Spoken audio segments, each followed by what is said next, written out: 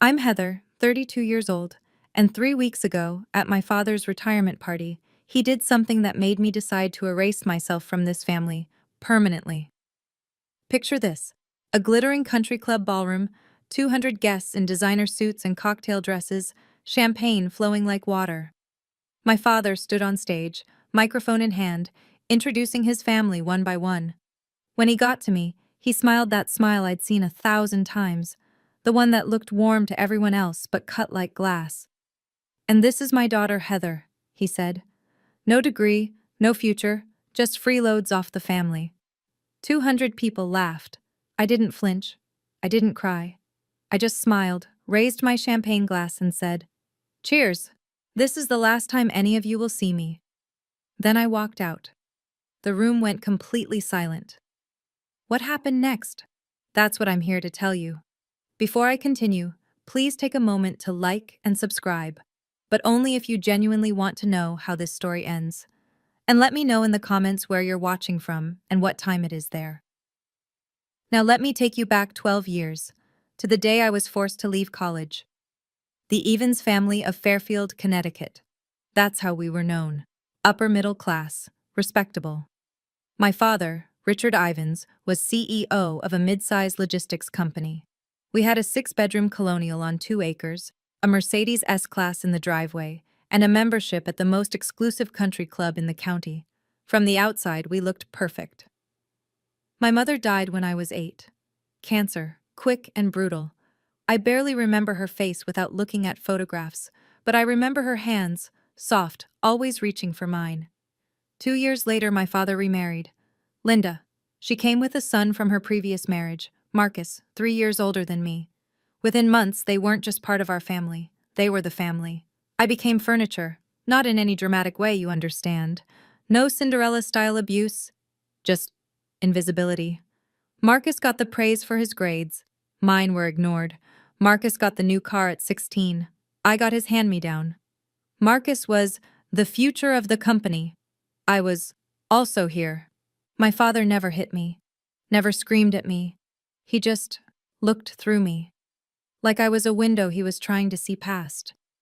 But there was one person who saw me. My grandmother, Margaret Ivans. My father's mother. She'd call me every Sunday, ask about my classes, my friends, my dreams. She'd say things like, "You remind me of myself at your age, Heather. Underestimated. But I see you." She left me something when she died, something no one in the family knew about. But I'm getting ahead of myself. In this family, I learned to become invisible. What I didn't know then was that invisibility would become my greatest weapon. The day my future was decided for me, I was 20 years old. Sophomore year at UConn, business major, 3.8 GPA. I had plans, dreams. A scholarship application sitting on my desk for a summer program in London. My father called me home on a Wednesday. "Family meeting," he said. Those 2 words had never meant anything good. I found him in his study. Mahogany desk, leather chair, walls lined with awards and certificates. Linda stood beside him, her hand on his shoulder, supportive, united. "Heather," my father began, not looking up from his papers, "we need to make some sacrifices as a family. Marcus has been accepted into the Wharton MBA program. It's an incredible opportunity." My heart rate didn't change. I already knew where this was going. "We can't afford both your tuition and his program," he continued. "So we've decided you'll take a break from school, just for now. Marcus's career will benefit the whole family." Linda nodded, her voice honey-sweet. "A girl doesn't need an MBA to have a good life, Heather. You'll find a nice husband someday. That's what really matters." I sat there, frozen. Not because I was surprised. I'd spent 12 years learning not to be surprised, but because some small, stupid part of me had still hoped. "You said you'd support my education," I heard myself say. "You promised Mom before she died." My father's jaw tightened. "Circumstances change. When the company stabilizes, I'll make it up to you." He never did.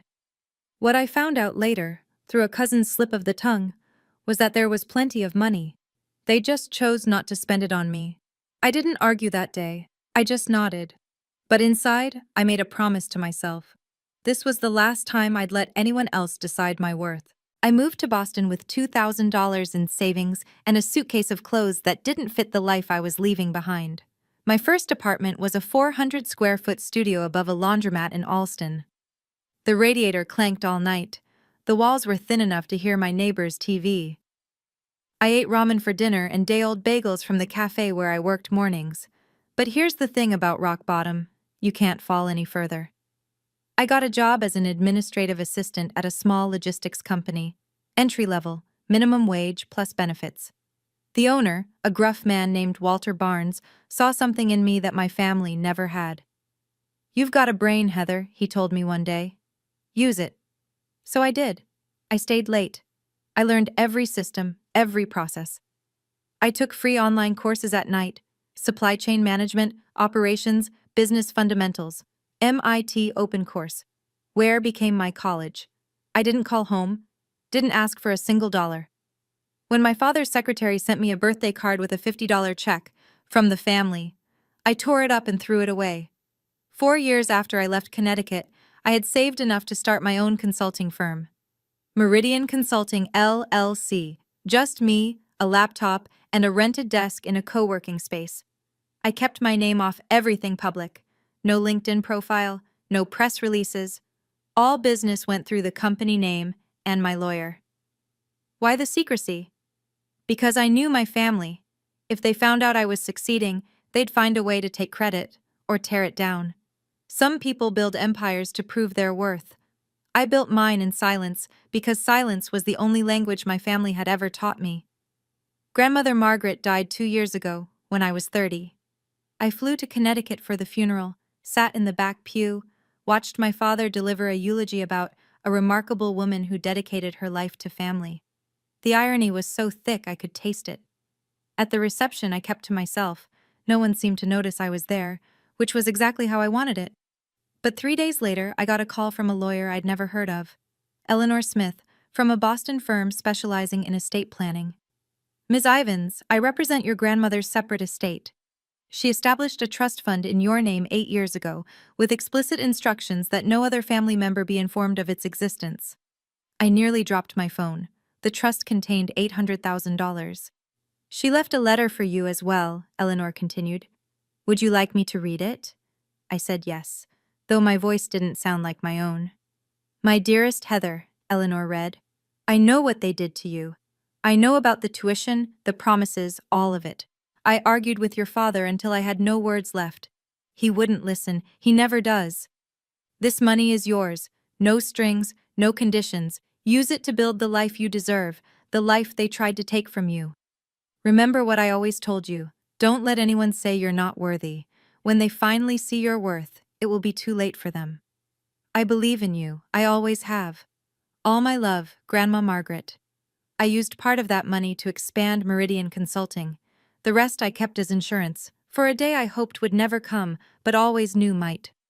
That day came 3 weeks ago. Let me tell you about Meridian Consulting today. 15 employees, $4 million in annual revenue, offices in Back Bay, Boston, the kind of address that makes people take you seriously before you even open your mouth. I wear Cartier now, not because I need to impress anyone, but because I earned every piece myself. We specialize in logistics optimization, helping companies streamline their supply chains, reduce costs, improve efficiency. It's not glamorous work, but it's profitable, and I'm good at it. Here's the part that would make you laugh if it weren't so painfully ironic. One of our biggest clients is Ivan's Logistics, my father's company. They signed a 5-year service contract with us 3 years ago. We handle their route optimization, warehouse management consulting, and carrier negotiations. The contract is worth about 40% of their annual revenue in operational savings. My father has no idea. All communications go through my team. All contracts are signed by my CFO, Daniel Reeves. The few times Richard Ivins has praised Meridian Consulting at industry events, he's been praising his own daughter's work.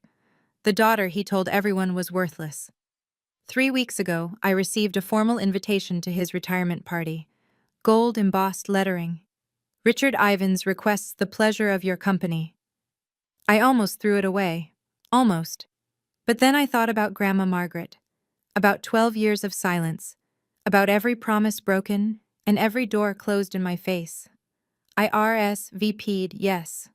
Not because I wanted reconciliation, not because I hoped things had changed. I went because I knew, with absolute certainty, that my father would do something unforgivable. And when he did, I wanted to be there to say goodbye on my own terms. I just didn't know how right I would be. The Fairfield Country Club hasn't changed in 30 years. Same Swarovski chandeliers, same pretentious valet service, same crowd of old money and new ambition pretending they belong together. I wore a black Valentino dress, simple, elegant, expensive. My grandmother's pearl earrings, Cartier watch, Hermes Birkin bag. Everything I owned, I'd bought myself. That mattered to me more than the labels. Linda intercepted me at the entrance. She'd aged, but her smile hadn't. Still that perfect mask of warmth that hid something colder underneath. Her dress was Chanel, her diamonds were large, and her eyes did a quick inventory of my outfit before she spoke. "Heather, you came." Her tone suggested this was a pleasant surprise and a minor inconvenience. "Your father wasn't sure you'd have something appropriate to wear." I smiled. How thoughtful of him to worry. Inside, 200 guests mingled beneath crystal light. The who's who of Connecticut business, bankers, lawyers, executives, politicians. I recognized some faces from my father's old dinner parties. None of them recognized me. Marcus swept past with a model thin blonde on his arm, not even glancing my direction. He was telling someone about his vision for the company's future. Classic Marcus. All confidence, no substance. I found my seat assignment. Table 14.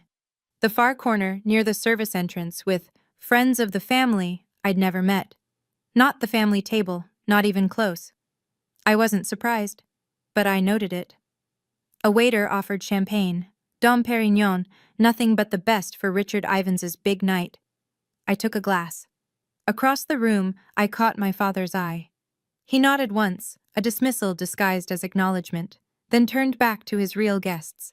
The evening was just beginning, and I had a front row seat to my own family's contempt. I've learned, over the years, that the best information comes from staying quiet and keeping your ears open. From my corner table, I watched and listened. The acoustics in that ballroom carried conversations better than people realized. My father was holding court near the bar, surrounded by business associates. I heard him mention operational restructuring and strategic partnerships, standard executive speak. But then, "Meridian Consulting has been transformative for us," he was saying to a silver-haired man I recognized as a major shipping executive. "They're the backbone of our operations now. Whoever runs that company is a genius." The other man nodded. "I've been trying to get a meeting with them for months. Very private operation. Do you know who's behind it?" My father shrugged. "Never met them personally. Everything goes through their legal team and account managers. But honestly, I don't care who they are as long as they keep delivering results." I took a sip of champagne to hide my smile. My phone buzzed. A text from Daniel, my CFO. "Contract renewal docs from Ivan's Logistics arrived today. They want another 5 years. Waiting on your decision." I typed back, "I'll have an answer by end of week." What my father didn't know, what nobody in that room knew, was that Meridian's contract with Ivan's Logistics was coming up for renewal. If we walked away, they'd lose 40% of their operational efficiency overnight. In logistics, that's not just an inconvenience, that's a death sentence. I hadn't decided what to do yet. Part of me wanted to keep the professional relationship separate from the personal toxicity, but as I watched my father bask in praise for his company's success built partly on my work, I felt something shift. Tonight would determine everything. I needed a refill on my champagne. Or maybe I just needed to move, to shake off the strange energy building in my chest. At the bar, I ran into the extended family firing squad. Aunt Susan, Linda's younger sister, spotted me first. Her face did that thing where surprise becomes pity, becomes condescension in about half a second. "Heather, oh my goodness, I almost didn't recognize you." She looked me up and down. "You look, well, still up in Boston, doing whatever it is you do?" "Consulting," I said. "Supply chain management." "Oh, how nice." The way she said it made it sound like I'd told her I collected bottle caps. Are you seeing anyone? Your father mentioned you're still single. 32, right? Time flies. Before I could respond, Uncle David joined in. Richard was just telling me you're still figuring things out. Nothing wrong with being a late bloomer, I suppose. Not everyone is meant for traditional success. I realized, with cold clarity, what had happened. My father had briefed them, given them talking points about the family disappointment, set the narrative before I even arrived. Richard said you had some emotional difficulties after leaving school, Aunt Susan continued, lowering her voice conspiratorially. Mental health issues. So brave of you to come tonight despite everything. I felt my grip tighten on my champagne glass. Not from hurt. I was long past that. From the sheer audacity. I appreciate the concern, I said, keeping my voice steady. But I'm doing very well, actually. Better than I've ever been. They exchanged glances. The kind that says, "Poor thing doesn't even know how far she's fallen." I excused myself before I said something I'd regret, but a plan was forming in my mind. Cold, clear, inevitable. Marcus found me on the terrace looking out at the golf course. The September air was cool, and the stars were just starting to appear. Well, well, his voice came from behind me, heavy with contempt. The prodigal daughter. I didn't turn around. Marcus? He stepped beside me, close enough that I could smell his cologne. Tom Ford, probably a gift from our father. Dad's about to give his speech. Wanted to make sure you weren't planning any dramatic scenes. Why would I do that? Because you've always been jealous. He said it like it was established fact. The way you stormed off after the tuition decision. The way you disappeared to Boston like some wounded animal. You've never gotten over it. Now I turned. Looked at my stepbrother in his $5,000 suit, his Rolex, his perfectly styled hair. Is that what you tell yourself? His eyes hardened. I heard you started some kind of company up there, playing businesswoman. He laughed, short and cruel. How long until it fails? 6 months? A year? Then you'll come crawling back, begging Dad for help. I won't. You will. You always do. You're weak, Heather. You always have been. I could have told him then. About Meridian, about the contract, about how his precious company's success was built on the work of the sister he dismissed. But I didn't. Because some revelations need the right stage. You know what, Marcus? You can believe whatever makes you feel better. I started to walk past him. But I promise you this. After tonight, you're going to wish you'd treated me differently. His laugh followed me inside. Dismissive, arrogant. He had no idea what was coming. None of them did. The ballroom lights dimmed. A spotlight hit the stage. My father climbed the steps to thunderous applause, the conquering hero of Connecticut logistics, taking his final bow. Thank you, he said, his voice carrying that practiced warmth he'd perfected over decades. 40 years in this business. It's been one hell of a ride. Laughter. More applause. He began his speech, thanking partners, employees, mentors, thanking God, thanking luck, taking credit for everything. Then came the family segment. I couldn't have done any of this without my incredible wife, Linda. He gestured to her table. 30 years of putting up with my late nights and business trips. You're a saint. More applause. Linda dabbed at her eyes, perfectly on cue. And my son Marcus, who will be taking over as CEO come January. Richard beamed with pride. The future of Ivan's logistics. I couldn't be prouder. Standing ovation. Marcus rose, waved, the picture of corporate royalty. Then my father's eyes found me, and something shifted in his expression. Something mean. And of course, my daughter, Heather. The spotlight swung to my table. I felt 200 pairs of eyes turned toward me. No degree, no real career, just freeloads off the family. He paused for comedic effect. But hey, at least she showed up tonight. Maybe someday she'll find a rich husband to take care of her. The room erupted in laughter, real laughter, the kind that comes from people who think they're in on a joke, not realizing they're watching cruelty dressed up as comedy. I sat perfectly still, didn't flinch, didn't cry, didn't look away. I just waited for the laughter to fade, and then I stood up. The room went quiet as I rose.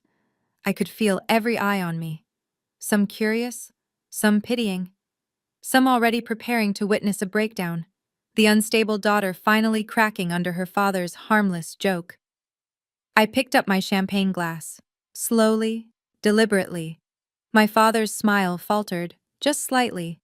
He hadn't expected me to react. I never did. I was supposed to sit there and take it, like I always had. I raised the glass toward him. "Congratulations on your retirement, Dad."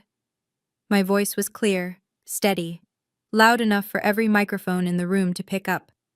40 years in business, quite an achievement. I paused. "You taught me a lot. About hard work, about sacrifice, about exactly what kind of loyalty family can expect from you." The silence was absolute now. I could hear someone's ice clinking in their glass 3 tables away. "So here's to you." I lifted my champagne higher. "Cheers. This is the last time any of you will see me." I set the glass down without drinking. Then I picked up my Birkin bag, turned, and walked toward the exit. My Louboutin heels clicked against the hardwood floor, the only sound in that cavernous room. I didn't run, didn't hurry, just walked, spine straight, head high. Behind me, silence. Complete, total, devastating silence. Someone gasped. Someone else whispered something I couldn't hear. But mostly there was just the echo of my footsteps and 200 people trying to process what they'd just witnessed. The daughter who was supposed to be broken had just walked out on her own terms. I pushed through the double doors and stepped into the night. And for the first time in 12 years, I could breathe. I was almost to my car, a Tesla Model S, black, custom plate reading MRDIAN1, when I heard footsteps behind me. Heather, stop right there!" Linda's voice, shrill and furious. I kept walking. "What do you think you're doing?" She grabbed my arm, spinning me around. Her face was red beneath the country club lights, her careful composure cracked. "Do you have any idea what you just did? You humiliated your father in front of everyone." I looked at her hand on my arm until she removed it. "I humiliated him?" I asked quietly. "I think you have that backwards." My father appeared behind her, his face a thundercloud. 200 guests were probably watching from the windows. He was aware of that. I could see him calculating. "Get back inside," he said, his voice low and dangerous. "Apologize. Now." "No." The word hung in the air between us. "This isn't a negotiation, Heather. I'm your father. I'm telling you." "You're telling me what?" I cut him off, something I'd never done in my life. That I should go back in there and let you keep using me as your punchline? That I should smile while you tell 200 people I'm worthless? It was a joke. It was the truth of how you see me. And I'm done pretending otherwise. I opened my car door. My father stepped forward. "If you leave now, you're done. Do you understand me? No more family, no more support, nothing." I almost laughed. "Dad, you cut me off 12 years ago. You just didn't have the courage to say it out loud." I slid into the driver's seat. "Tonight, I'm saying it for both of us." I started the engine. "Goodbye," and I drove away. I pulled into a rest stop about 20 minutes outside Fairfield and sat in my car, engine idling, hands still on the wheel. For a long moment, I just breathed. Okay, let me step out of the story for a second and talk to you directly. I know some of you watching this have been through something similar. Maybe not a retirement party, maybe not 200 witnesses, but that feeling of being the family disappointment, the one they talk about in whispers, the one whose success they refuse to see. I know you understand. If you've ever sat at a family gathering while someone made you the punchline, if you've ever smiled through pain because making a scene would only prove them right, if you've ever loved people who made you feel invisible, this story is for you. So here's what I'm asking. If any of this is resonating with you, drop a comment, tell me your story, or just let me know you're here. Because honestly, knowing I'm not alone in this, that means more than you can imagine. And if you want to know what happened next, and trust me, the next part is where everything changes, make sure you're subscribed, hit that bell, because what my father discovered in the weeks after that party, well, let's just say he learned exactly how wrong he was about me. Now, back to the story. The morning after the party, I woke up in my Boston apartment feeling lighter than I had in years, but I knew it wasn't over. Families like mine don't let go that easily. They would try to control the narrative, spin the story, Make me the villain. What they didn't know was that I had something they couldn't spin their way out of. Let me tell you about the week that followed. It started with text messages. Not from my father. He was too proud for that. But from cousins, aunts, family friends. People I hadn't spoken to in years, suddenly very concerned about my mental state. Heather, I heard about the party. Your dad says you're struggling. Do you need help? Susan told me you had some kind of breakdown. We're all worried about you, sweetie. Your father loves you. He just wants what's best. Maybe you should apologize and come home. The narrative was already being written. Poor Heather, unstable, jealous, had some kind of episode at the party. Richard Ivins, patient, loving father, doing his best with a troubled daughter. I didn't respond to any of them. Then came the more interesting call. My phone rang on Tuesday afternoon, a Connecticut number I didn't recognize. I answered anyway. Miss Ivins, this is James Crawford. I'm a partner at Ivins Logistics. The voice was polished, professional. I'm calling on behalf of Richard. He'd like to discuss mending fences. Really? Between you and me, there's been some concerning chatter about your connection to certain business partners. Rumors, probably nothing. But Richard thought it would be good to clear the air. I went cold. Rumors, business partners. They were fishing.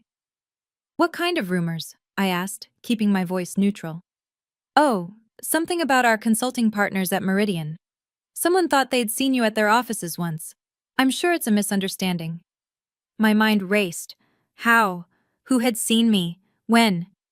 I'm not sure what you're referring to, I said. But please tell my father I have nothing to discuss with him. I hung up.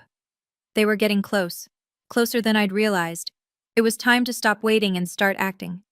While I was fielding concerned texts in Boston, my father was facing a different kind of crisis in Connecticut. I learned later, much later, what happened in that boardroom. Richard Ivins had walked into what should have been a routine quarterly meeting. Instead, his CFO looked like he'd seen a ghost. We have a problem with Meridian Consulting, the CFO said, sliding a folder across the mahogany table. Their contract is up for renewal in 6 months. They haven't responded to our extension offer. Richard frowned. So, send another offer. Increase the terms if you have to. We've tried, 3 times. Their legal team just says under review. Then call their executives directly. We've tried that too. The CFO shifted uncomfortably. Sir, Meridian Consulting is extremely private. No one meets with their leadership. Everything goes through intermediaries. Richard's frown deepened. We've been working with them for 3 years. Someone must have met with them. No, sir. It's all been virtual meetings, legal representatives, account managers. No one at this company has ever met the actual ownership. A long silence. If they walk away from us, the CFO continued, we lose 40% of our operational efficiency overnight. It would take at least 18 months to find a replacement, and that's optimistic.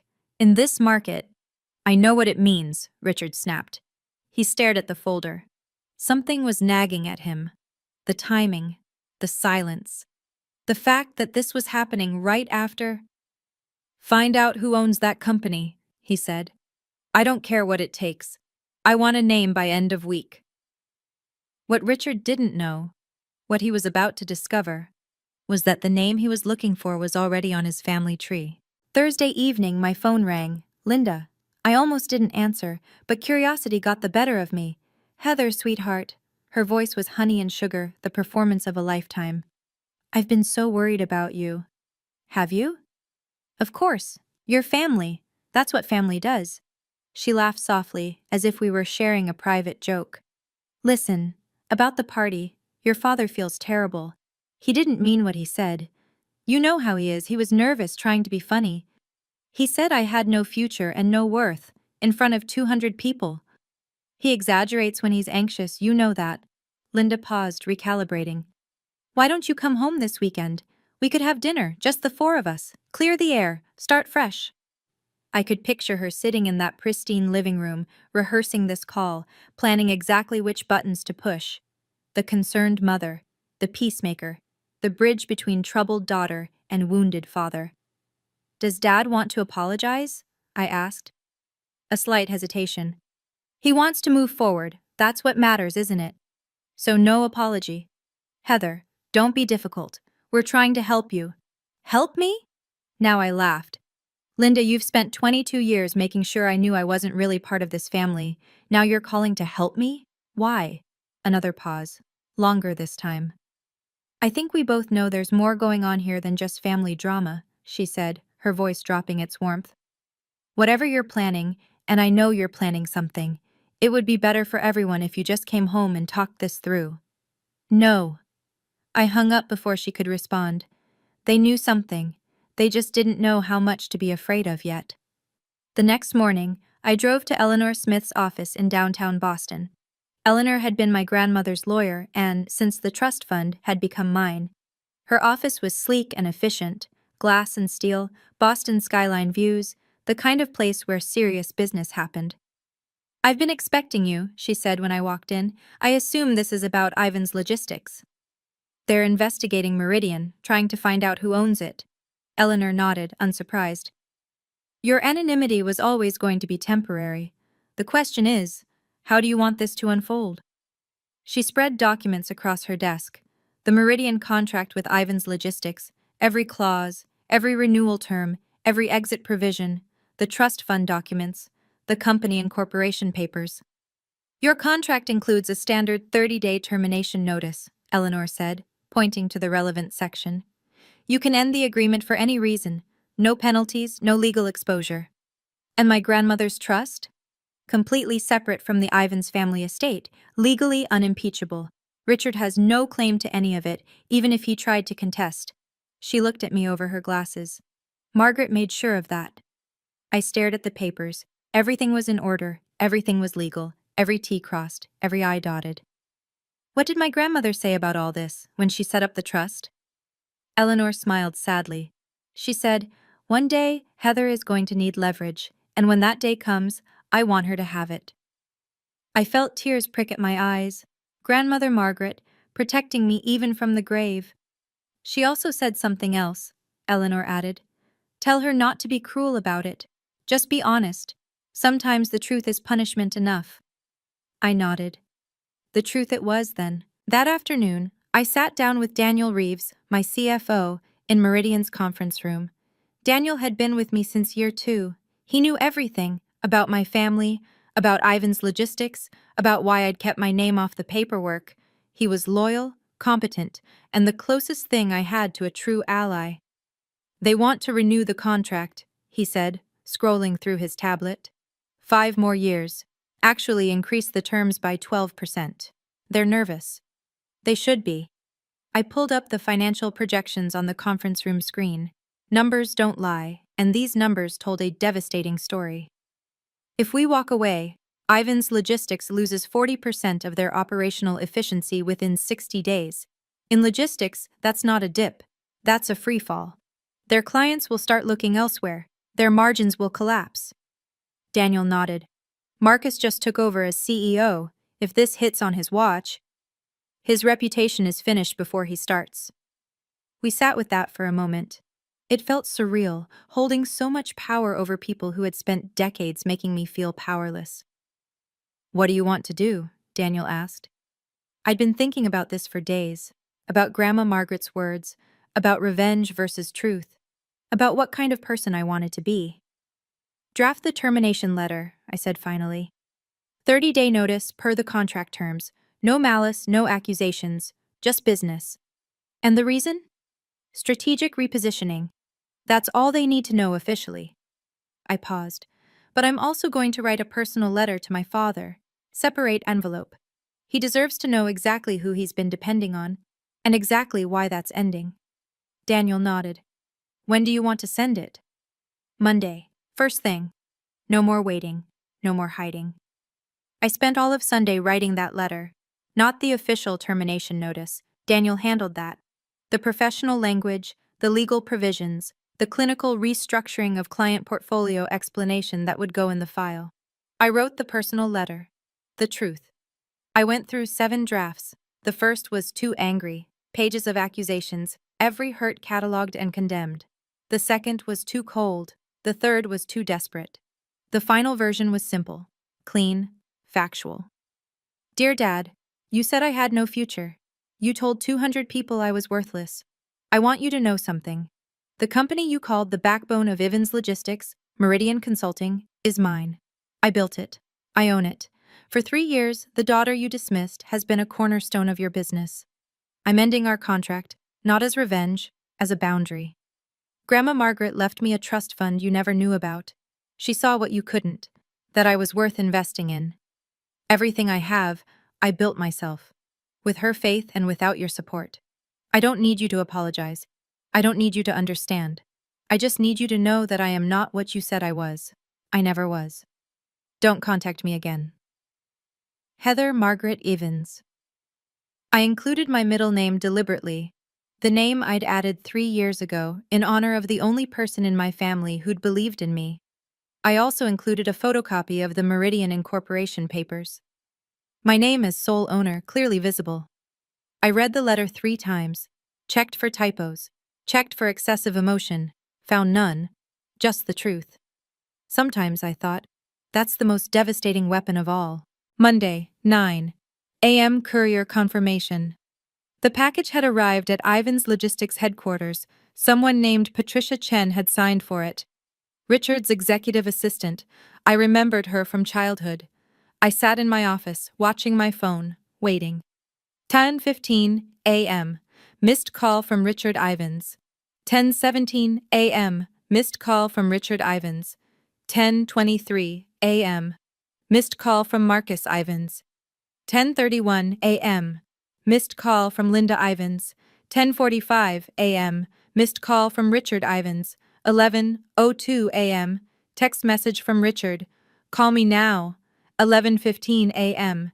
Text message from Marcus. What the hell is this? Call us. 11:34 a.m. Text message from Linda.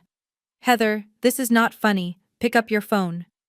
By noon, I had 12 missed calls, 8 text messages, and 2 voicemails I didn't bother listening to. I didn't respond to any of them. I had waited 12 years for this moment. They could wait a few more hours. At 2 p.m., my assistant knocked on my door. Ms. Ivans, there's a family who says they need to see you immediately. They're in the lobby. So, they'd driven to Boston, 5 hours of traffic and panic just to confront me in person. I took a deep breath, checked my reflection in the window, straightened my blazer. Send them to conference room B, I said. I'll be there in 5 minutes. This was it. The conversation I'd imagined 1,000 times. The confrontation I'd prepared for without knowing when it would come. I thought of Grandma Margaret, of her letter, of her faith in me. Don't be cruel, she'd said. Just be honest.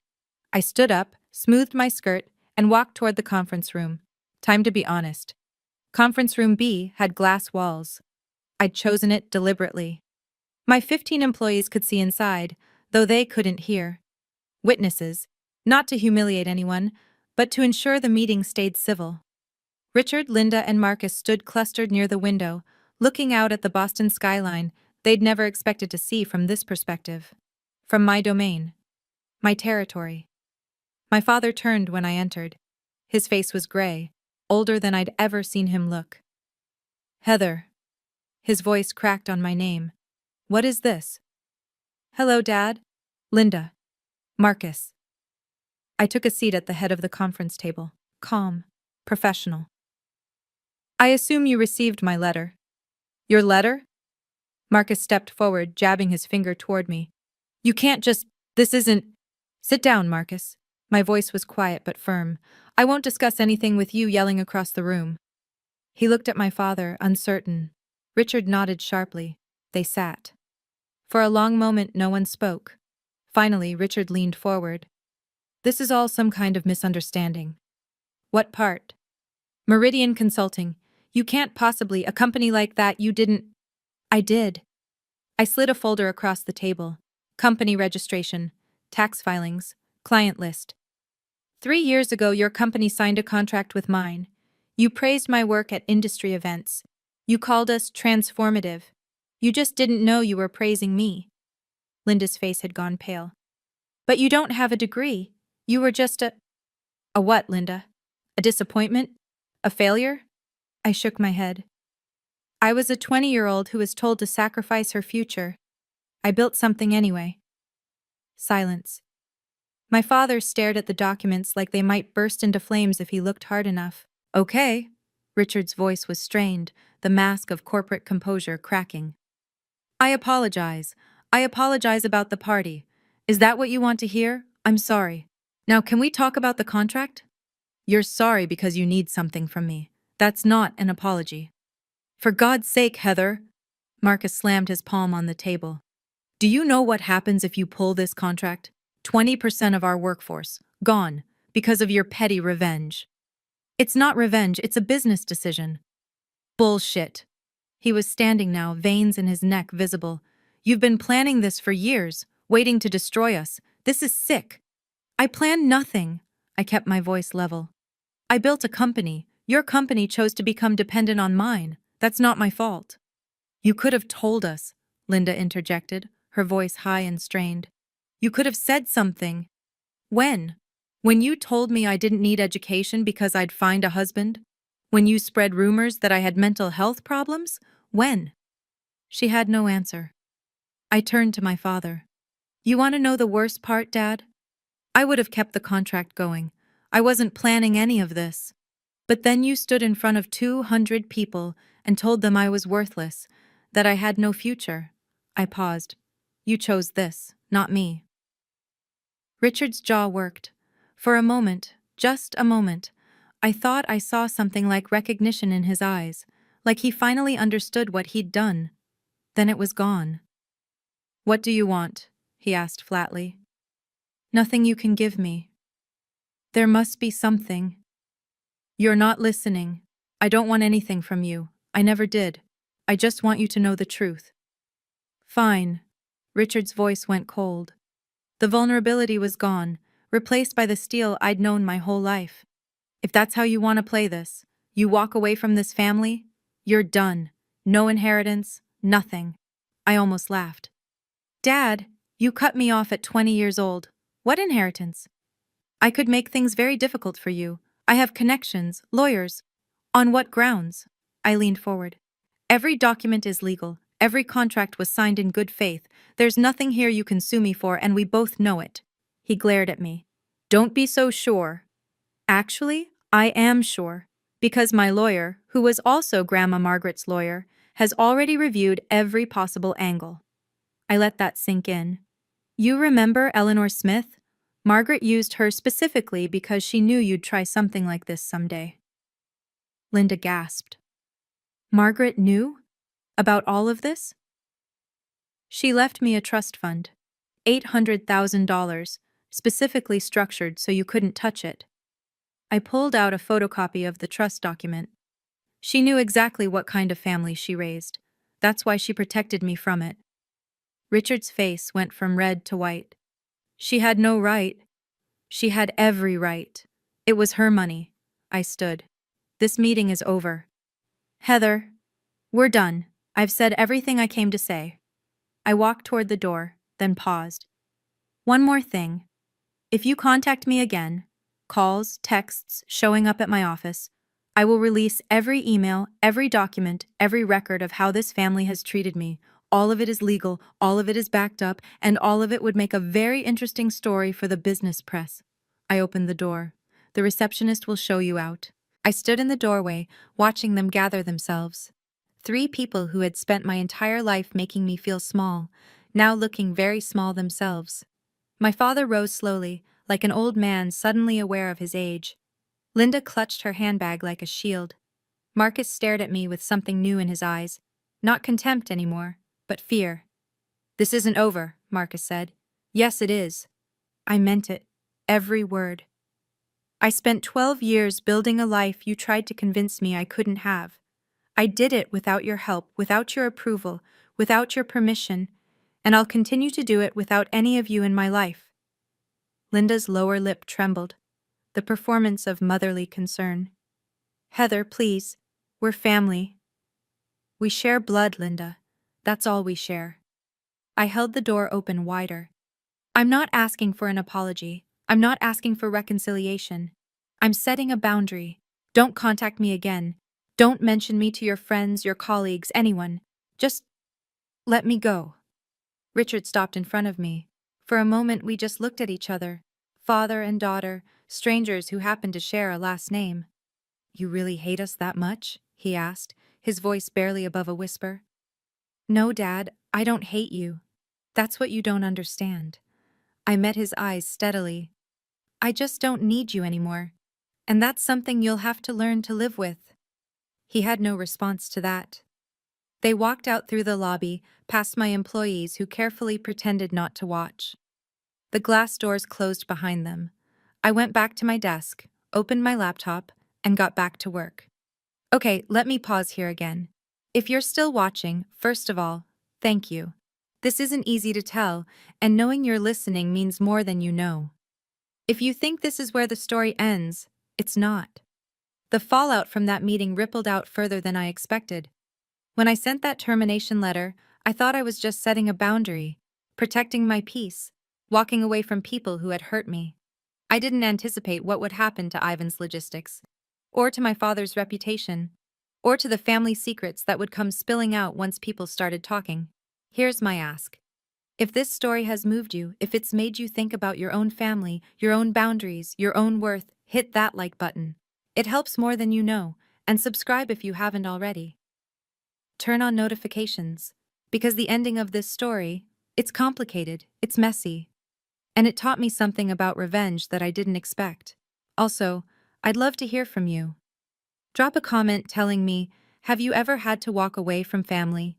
Did it feel like freedom, or like grief? Or maybe both? I've read every comment on my previous stories, and they've helped me feel less alone in this. So please, share your thoughts. Now, back to the story.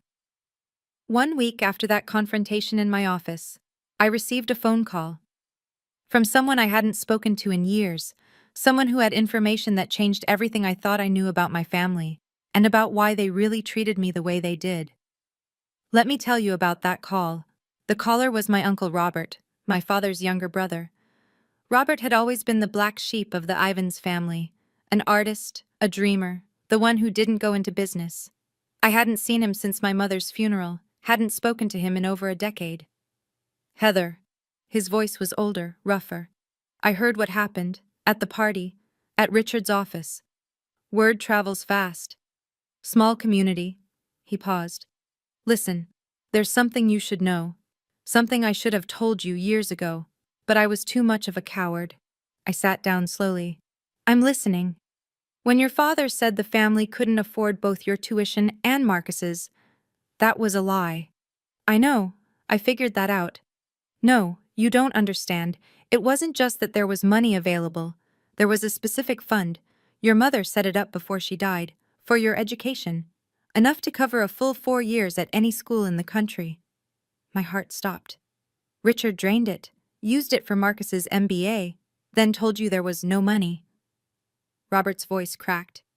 "Your mother wanted you to have choices, Heather. Richard stole them." The room tilted. I gripped the edge of my desk. "Why didn't you tell me?" "Because I was afraid of Richard. We all were." Robert exhaled. "Margaret, your grandmother, she found out. That's why she set up the trust for you. She couldn't get your mother's money back, but she could make sure Richard didn't take anything else." I thought about Grandma Margaret's letter. "I know what they did to you." She knew, all along. "Why are you telling me now?" I asked. "Because it's time the truth came out. All of it." He wasn't done. 2 months after I terminated the Meridian contract, the consequences became public. I wasn't trying to monitor what happened to Ivan's logistics. Honestly, I was trying to move on. But in the Connecticut business community, news travels fast, especially bad news. The company announced a 20% workforce reduction. 70 employees laid off, right before the holidays. The press release blamed market conditions and strategic restructuring, but everyone knew the real story. Their biggest consulting partner had walked away, and they couldn't recover. Marcus, barely 3 months into his role as CEO, was already being questioned by the board. His vision for the future was crumbling under the weight of his father's bridge burning. Richard came out of retirement to help manage the crisis. The triumphant exit he'd planned, the legacy he'd built, was unraveling. But the real damage was to their reputation. Word spread. Not from me, I kept my mouth shut. But 200 people had watched my father humiliate his daughter at that party, and when those same people heard that the daughter was actually his company's most important business partner, the whispers started. Did you hear about Richard Ivins? Mocked his own daughter, turns out she was keeping his company afloat. Always thought there was something off about that family. In Connecticut business circles, reputation is everything. And Richard's was crumbling. A former colleague told me that at a recent industry dinner, Richard sat alone. No one wanted to be associated with the man who'd publicly disowned the daughter who'd secretly been his backbone. I didn't feel triumphant hearing this. I didn't feel satisfied. I just felt tired. Grandma Margaret had been right. Sometimes the truth is punishment enough. I didn't have to do anything else. The truth did it all by itself. 6 months later, I sat in a therapist's office in Beacon Hill. Not because I was falling apart, because I was finally ready to put myself back together. You don't seem like someone who needs therapy, Dr. Patel said during our first session. Everyone needs therapy, I replied. I'm just finally letting myself admit it. We talked about my family, about the years of invisibility, about the burden of building success in silence, about the strange grief of cutting ties with people who were supposed to love me. Do you regret what you did? She asked. No, and I meant it. I regret that it had to happen, but I don't regret protecting myself. Outside of therapy, my life was good. Better than good. Meridian was thriving. We'd replaced the Ivans contract with 3 smaller clients, more diversified, more stable. Daniel got a promotion. I hired 4 new employees. We moved to a bigger office with views of the harbor. I reconnected with Uncle Robert. We had dinner once a month. He told me stories about my mother, the real ones, not the sanitized versions my father had fed me. She'd been fierce, apparently, stubborn, a fighter. You're just like her, Robert said. She'd be so proud of you. I still kept the photo of Grandma Margaret on my desk. I visited her grave every month, left flowers, told her about my life. It felt strange talking to a headstone, but also healing. I did it, Grandma, I told her one spring morning. I didn't let them define me. The wind rustled through the cemetery trees. If I listened closely, I could almost hear her voice. I knew you would, sweetheart. I always knew. So here's what I learned. If you want the moral of this story, your worth is not determined by a degree. It's not determined by your family's opinion. It's not determined by who believes in you or who tries to tear you down. Your worth is determined by what you build when no one is watching, by who you become when everyone counts you out, by the life you create with your own 2 hands. My father thought he was teaching me a lesson at that retirement party. He thought he was putting me in my place. What he actually did was set me free. I don't hate my family. That's the part people struggle to understand. Hate takes energy. Hate is a chain. I'd rather spend that energy on people who deserve it, on work I believe in, on relationships that nourish me, on a life that's truly mine. Boundaries aren't about revenge. They're about protection. They're about saying, this is where my life begins and your damage ends. If you're in a family that makes you feel small, if you have people in your life who see your potential as a threat instead of a gift, if you've ever been the family disappointment, the scapegoat, the invisible one, I see you. I've been you. And I promise you, there is life on the other side of walking away. Thank you for listening to my story. Thank you for being here. If this resonated with you, please subscribe. Hit the notification bell. Check the description for more stories like this one. And remember, you are not what they said you were. You never were. You are so much more. Until next time, this is Heather, and I'm finally free.